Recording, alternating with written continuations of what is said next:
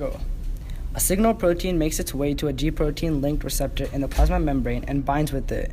Then an inactive G protein binds to the G protein linked receptor.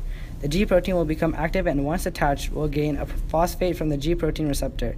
It becomes GDP from GTP. It will use that energy to bind to a nearby enzyme. The enzyme will then become active and will gain a phosphate from the G protein, turning GTP into GDP. The enzyme sends a phosphate down a signal transduction pathway. The ER sends out calcium ions as a response.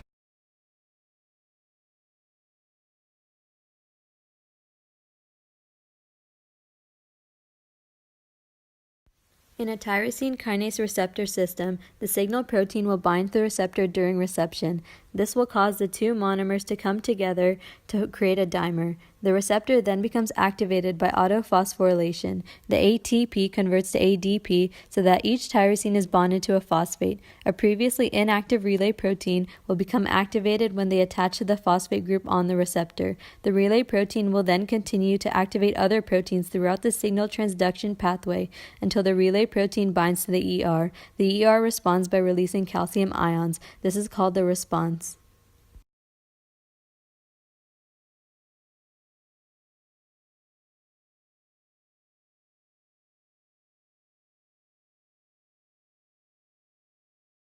Symptoms of cholera include severe diarrhea, dehydration, and nausea. Fortunately, cholera can be treated by using IV fluids and antibiotics. Cholera can be prevented by boiling water.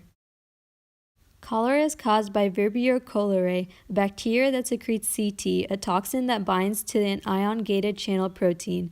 This allows for chlorine ions to move out of the cell, which causes an imbalance in the water potential. As a result, water molecules also leave the cell. The toxin continues to bind to the ion channel instead of unbinding, preventing it from closing when it should. In a normal pathway, ion channel will close when ligand unbinds. However, in a disrupted pathway, ligand doesn't unbind and excess amount of salts and fluids leave the cell.